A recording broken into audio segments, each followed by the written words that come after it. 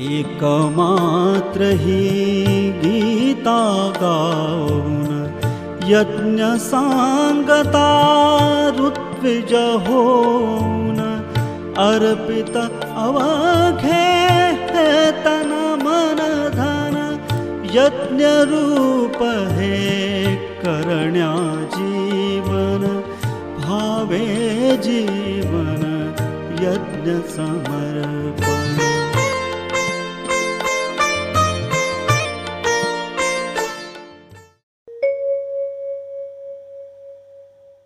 असू आम्ही सुखाने पत्थर पायातील ही संघ प्रचारकांचं जीवन कार्य वर्णन करणारी एक व्हिडिओ मालिका आहे।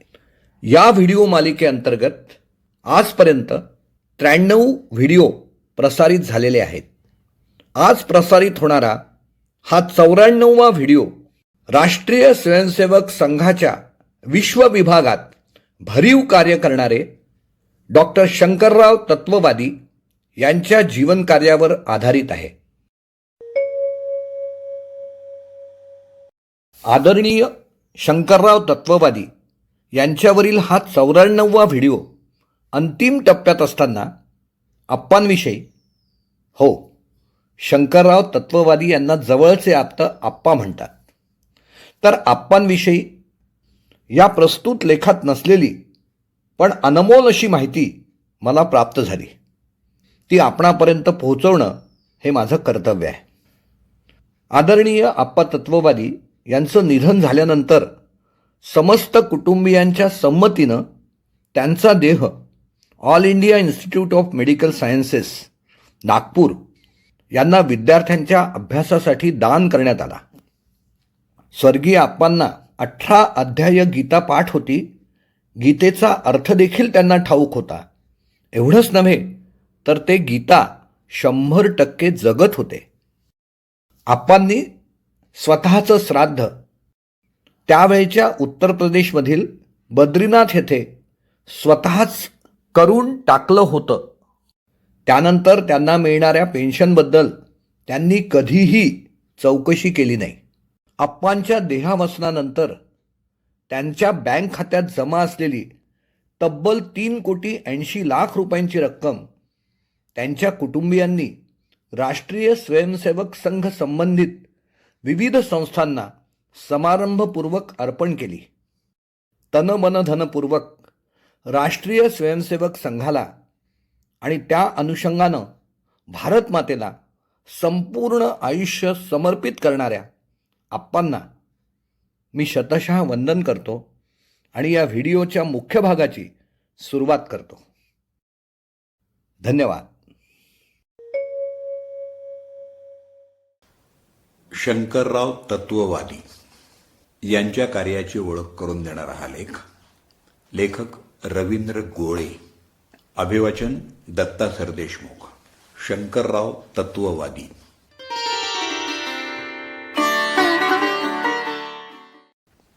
आपल्या चिंतन आणि दृढता यांच्या बळावर संघाचा विचार परदेशात सक्षम करणाऱ्या प्रमुख कार्यकर्त्यांपैकी एक नाव म्हणजे डॉक्टर शंकरराव तत्ववादी। बालपणापासून ते संघ शाखेत जात असत। त्यांचं शालेय शिक्षण नागपूरला झालं। 1950 साली 10वीच्या शालांत परीक्षेत ते गुणवत्ता यादीत विभागात पहिले आले होते। त्याच वर्षी विजयादशमी उत्सवात त्यांनी वैयक्तिक गीत गायलं होतं। त्यांनी नागपूरच्या कॉलेज ऑफ सायन्समधून MSc पूर्ण केलं। नंतर ते वाराणसीला ॲप्लिकेशन ऑफ कलरीमेट्रिकल ॲनालिसिस या विषयावर संशोधन करण्यासाठी गेले। या काळात आर्थिक चणचणीमुळे एक वेळ उपवास करण्याची वेळ त्यांच्यावर आली। खडतर परिस्थितीत त्यांनी PhD प्राप्त केली आणि बनारस विश्वविद्यालयात ॲनालिटिकल केमिस्ट्री या विषयाचे रीडर म्हणून ते नोकरी करायला लागले। विद्यार्थी प्रिय प्राध्यापक अशी त्यांची ख्याती होती। त्यांनी बनारस विश्वविद्यालयात 24 वर्षे अध्यापन केलं। पुढच्या शिक्षणासाठी ते अमेरिकेतही गेले होते। त्यांची दिनचर्या शिस्तबद्ध होती। ते शास्त्रीय संगीताचे जाणकार होते।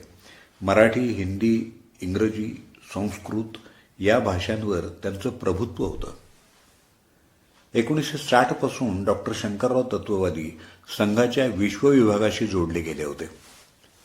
1987 साली त्यांनी स्वेच्छानिवृत्ती घेतली आणि ते प्रचारक झाले.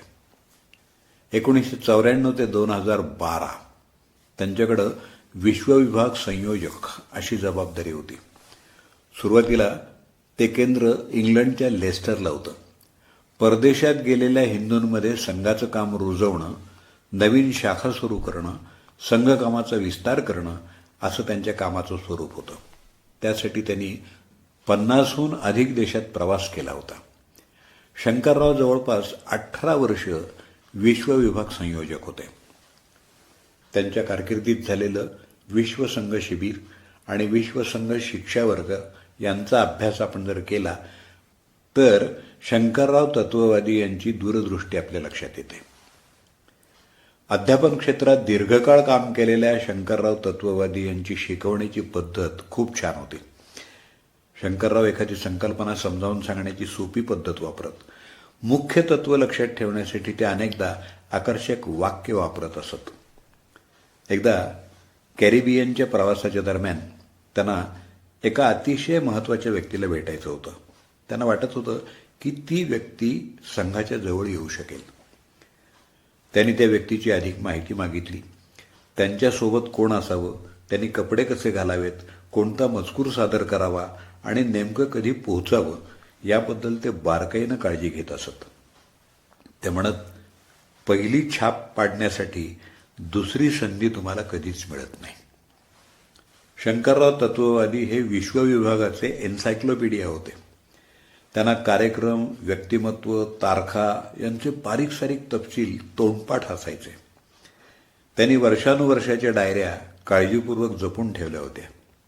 त्या डायऱ्या म्हणजे त्यांच्या प्रवासाची माहिती देणारा आणि हिंदू स्वयंसेवक संघाच्या वाटचालीचा इतिहास सांगणारा अनमोल खजिना आहे. शंकरराव तत्ववादी स्वभावानं कोमल, प्रेमळ आणि तितकेच स्वतःसाठी कठोर होते. सकाळी आणि संध्याकाळी 2 वेळा संध्या करण्याचा त्यांचा नेम होता. एका प्रचारकानं त्यांना विचारलं की प्रचारकानं संध्या करावी का? तेव्हा उत्तर देताना ते म्हणाले होते, आवश्यक नाही, ती माझी दिनचर्या आहे. आपलं संघकार्य हीच ईश्वराची पूजा आहे. शंकररावांनी आपली दिनचर्या कोणावरही लादली नाही.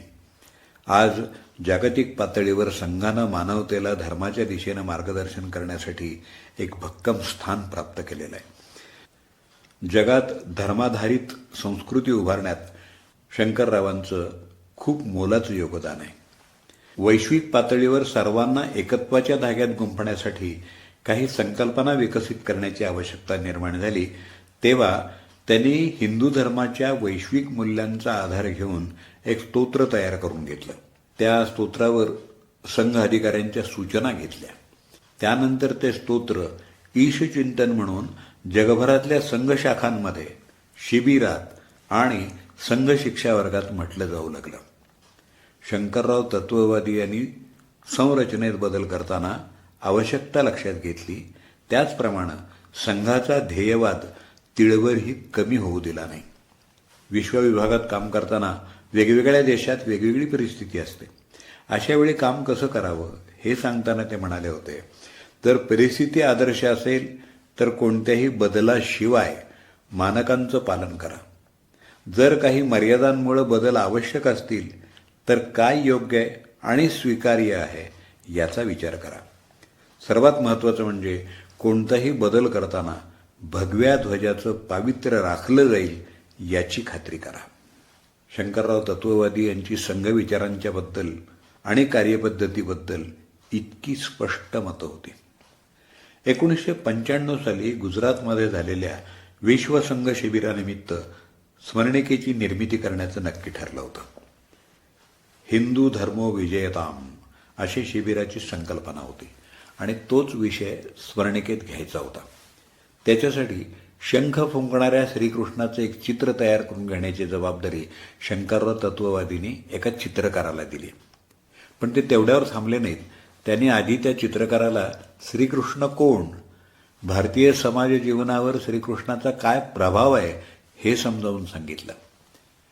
अनेक छोट्या छोट्या सुधारणा सुचवून शेवटी पुरुषार्थी श्रीकृष्णाचं अचूक चित्र त्यांनी तयार करून घेतलं. पात्राच्या स्वरूपाची कल्पना करणं, नंतर ती कलाकारांना शब्दशः समजावून सांगणं आणि ते चित्राच्या रूपात प्रकट करून घेणं ही एक कला आहे. शंकरराव तत्ववादी या कलेत निष्णात होते. त्याचप्रमाणे ते स्वतः कवी होते. त्यांनी असंख्य संघगीतं लिहिली आहेत. अनेकता में ऐक्य मंत्र को हे त्यांनी लिहिलेलं गीत सुप्रसिद्ध गायक महेश काळे यांनी संगीत देऊन 50 बालकलाकारांकडून गाऊन घेतलं होतं. विश्व विभागाच्या कामातून मुक्त झाल्यावर शंकरराव तत्ववादी यांच्याकडं विज्ञान भारती या संस्थेचं काम आलं होतं. संस्थेच्या प्रारंभीच्या काळात त्यांनी अनेक संशोधक, विज्ञानाचे प्राध्यापक आणि विज्ञानप्रेमी नागरिकांशी संपर्क साधला. 2012 पासून राहण्यासाठी ते नागपूरच्या संघ कार्यालयात होते आणि तिथंच 13 मार्च 2025ला त्याने अखेरचा श्वास घेतला. शंकरराव तत्ववादी यांनी नागपूरच्या माधव नेत्रालयाला नेत्रदान केलं होतं.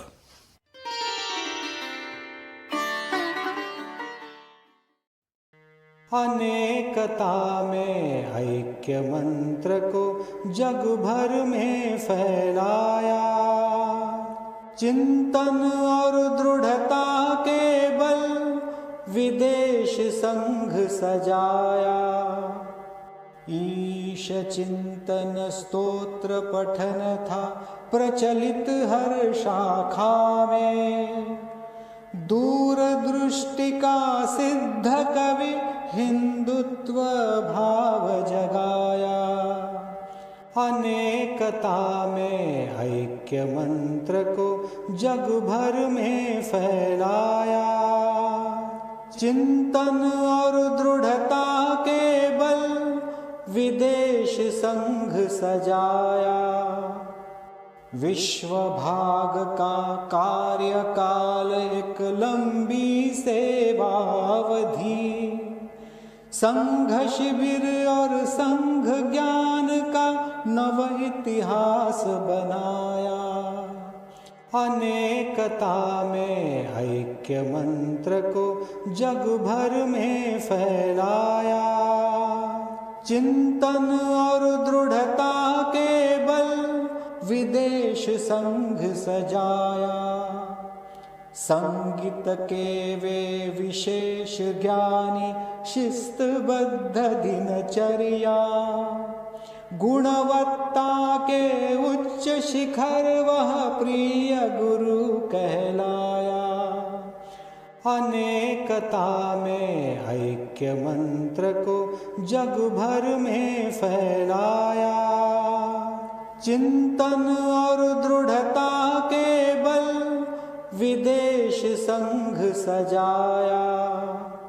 अंत श्वास भी संघ स्थान पर देह मिला सत्कार्यों को, जमा पूंज दी परिजन ने निस्वार्थी भाव दिखाया.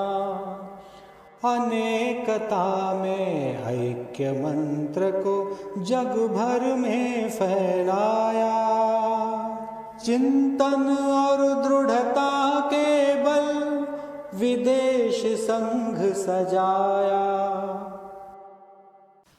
संघ प्रचारक डॉक्टर शंकरराव तत्ववादी यांचा परिचय करून देणाऱ्या लेखाचं अभिवाचन आपण ऐकलं. लेखक रवींद्र गोळे.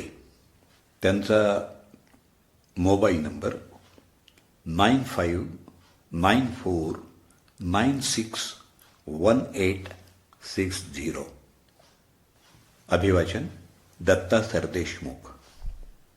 8329730186.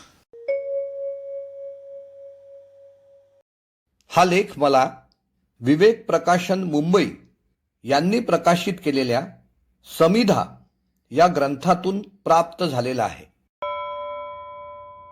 मिलिंद रहाटगावकर, मला जे जे भावते ते सर्व या यूट्यूब चॅनलवरून प्रसिद्ध झालेला हा लेख सादरीकरण श्रद्धांजली गीत आपल्याला आवडला असेल तर लाईकचं बटन दाबा, शेअरचं बटन दाबून हा लेख संघाच्या स्वयंसेवकांना, संघाच्या समर्थकांना आणि समाजातील संपूर्ण सज्जन शक्तीला आपण पाठवावा ही विनम्र विनंती करतो. मूर्तिमंत तुझ समान हो दे, तुझ समान हो दे. येत शरण तव पदास, देश कार्य विरमुदे, देश कार्य विरमुदे.